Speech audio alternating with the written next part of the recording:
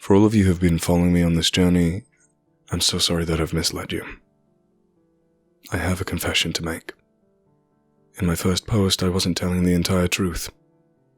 I've covered up certain facts that now I'm beginning to realize are integral to getting myself out of this situation. I have dreamt of that haunting figure in my house since the incident on Sunday, and I can't keep quiet any longer. In order to really explain why I lied, I need to give some background on my relationship with my landlady.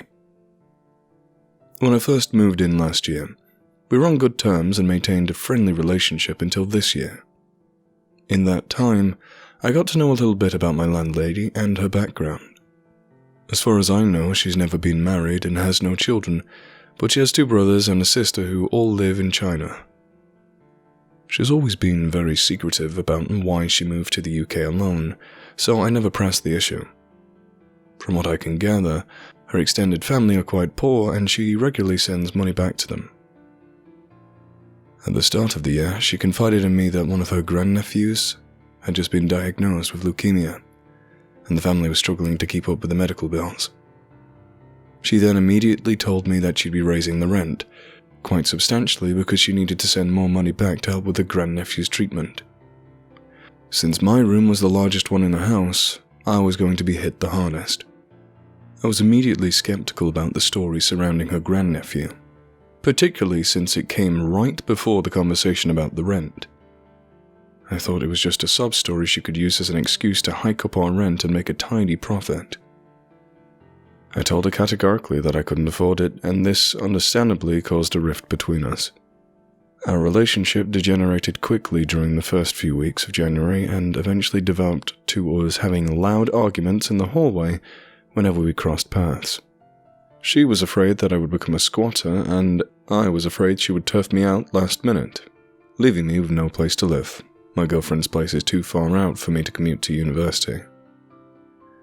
The situation had escalated past the point of reconciliation, and on the night I wrote my first post, it had reached fever pitch. This is the point where the real story diverges from what I wrote in my original post. I was not innocuously asking if my girlfriend could stay over, nor was I the first one to initiate contact. On that Thursday, someone at work had clearly tampered with my landlady's lunch or eaten it, because I got a text from her around 3 p.m. saying, "Where my lunch? You think this funny?" I replied telling her that I hadn't done anything to her food, but she didn't believe me and kept accusing me of lying. The conversation devolved into her calling me some expletives, and I returned the favor. This texting spree spanned several hours, since she was at work and was only checking her phone intermittently.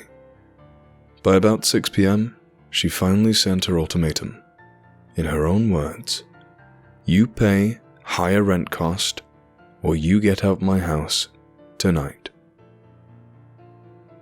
I was overcome with a mixture of anger and panic. It was in this weird haze of emotions that I said something I now deeply regret. What's the point in paying so much for all this treatment if your grandnephew is just going to die anyway? I shuddered with contempt, disgusted with myself for saying something so heinous, but equally inflated with a sense of self-righteousness against my money-grubbing landlady. Everything I said about the storm was true, and when my landlady came home around 7 p.m., the sudden vibration of my phone did startle me. I was reluctant to pick up the phone, as I knew I was in the wrong, but I was still in a mess of fear and rage. I answered the phone to a cacophony of abuse from my understandably outraged landlady, but rather than concede, I decided to argue back. It is not something that I'm proud of. She must have been on her way to her car because I could hear the rain in the background and the heavy sound of her footsteps. We must have been arguing for about 10 minutes before she suddenly paused. There was a sharp intake of breath. Then I heard her get hit by the car. I heard her scream, heard the crunch of her bones under the wheel and the screech of the tires as the driver tore away from the scene. I heard her weeping and begging for help, her cries smothered by a torrent of raindrops. And I hung up on her. I had no idea where she was or what to do, but I felt somehow that I might be implicated in the accident, and she would find some way to blame me. So I went back on my computer. I put my headphones in and kept right on working. It wasn't until 9 p.m. that I finally mustered up the courage to send her a text reading, "Are you alright?" From then on, the story is the same. The creepy responses, the scratching on my door, the menacing whispers, all of that was true. Deep down, I knew she was dead long before the police officer told me. I knew from the moment I hung up that phone. And I know now that she will never leave me alone. I thought that offering up my housemates might help, but it hasn't. There are 5 of them now. There are 5 of them, and it's becoming increasingly hard to cope. I've figured out a system of dealing with them, and so far it's working. But I don't know how much longer I can keep going on like this. I know that they're adverse to light, so before I slip inside that empty house, I attach a series of flashlights to my body. I have to make sure at least one of the flashlights is pointing at every limb. Otherwise, the creatures that prowl those darkened hallways will grasp the first opportunity to wrap their clammy hands around my arms and legs. I've learned that when exposed to light, they can slip into the most unlikely places. A cupboard, an unlit corner, that slice beneath the bed. All are places where these fetid things can secrete themselves. They're not bound by the same laws as we are. They move like water. At night, I keep the lights on when I sleep, and I always have a set of 4 lamps trained on my bed at all times in case the ceiling lights go out for any reason.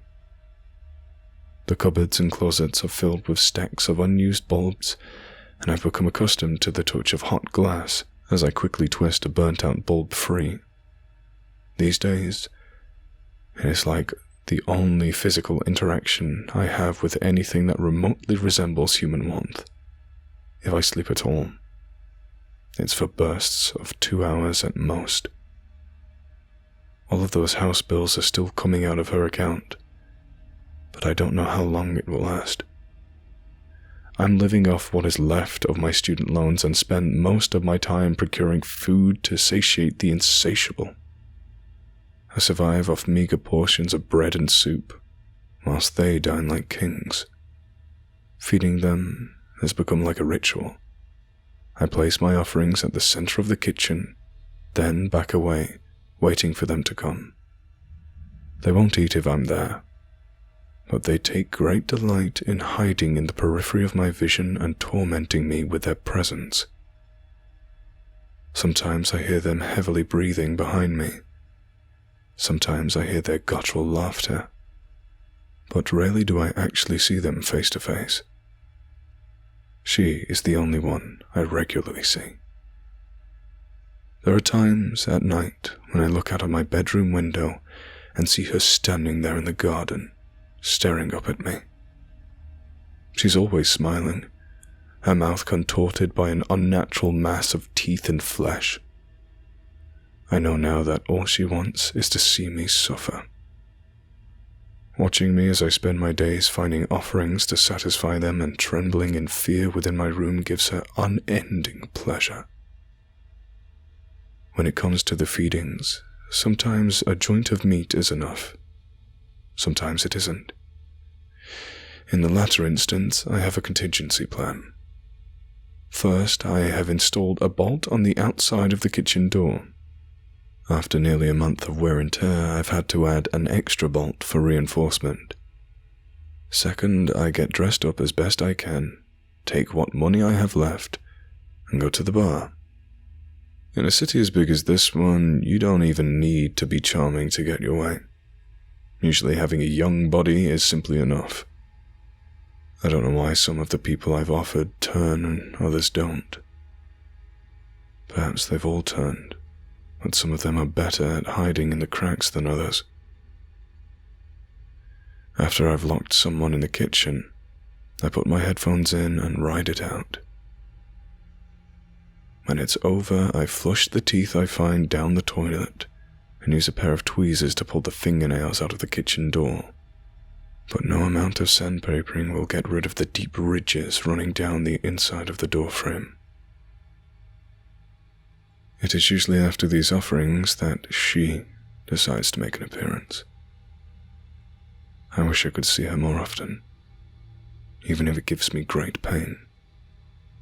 If I get up late at night and go to the bathroom and my bedroom floor is coated in darkness, I will often lean over to see her pale, lucid face slide out from under the bed. She stares up at me, her expression distorted by horror and malice.